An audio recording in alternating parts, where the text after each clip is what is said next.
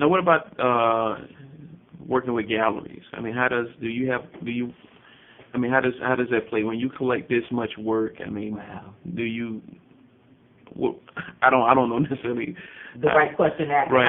how to ask it without showing a lack of support for galleries. Right. Well, here's the issue, and I think on every side of the fence, we could say, you know what? Do I support galleries? I absolutely do support galleries. I think that every artist that I know yearns to have his or her work hung in a gallery show. I also know that if you look at the number of artists that I've collected in my home as a collector, from having that established relationship with them one-on-one, many of the artists that I have gotten to have relationships with have struggled to ever have their work seen in a gallery. And so, do I support galleries that promote the work of artists?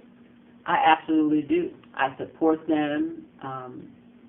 I pray that that artist's life will change from having that experience at that gallery.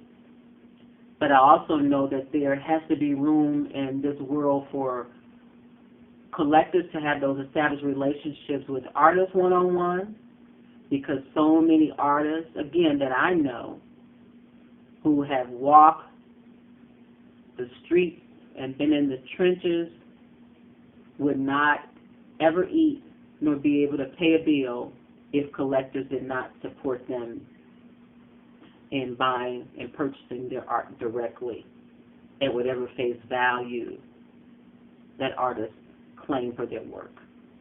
And so, and on the other hand, I know that as artists struggle to create a legacy and a history of being anointed by society, they all want and desire in many ways to want their works reflected in galleries and museums. Mm-hmm.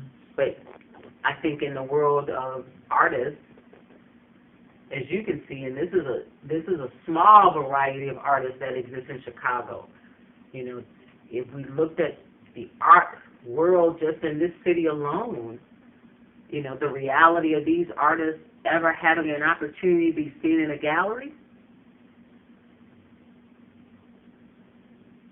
for many of them has been non-existent.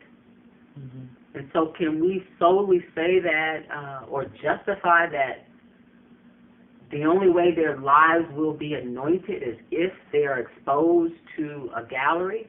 I think that's one of the things that the members of Diasporisms and the collectors groups across this country are trying to say, you know what, it's time for us to begin to anoint deserving artists that we want to reflect in our home, that we love, whose works that we cherish, whose works that we value, because we don't want somebody else to say, oh my God, okay, you're the anointed one, and you may be one out of another million artists that may never get to eat if collectors don't support their work. Mm-hmm. And so, you know, I'm not here to judge one way of presenting art, one way of collecting art. I believe that every amount of exposure that any artist can get, every ounce of support that any artist can get, is of value to the arts community at large.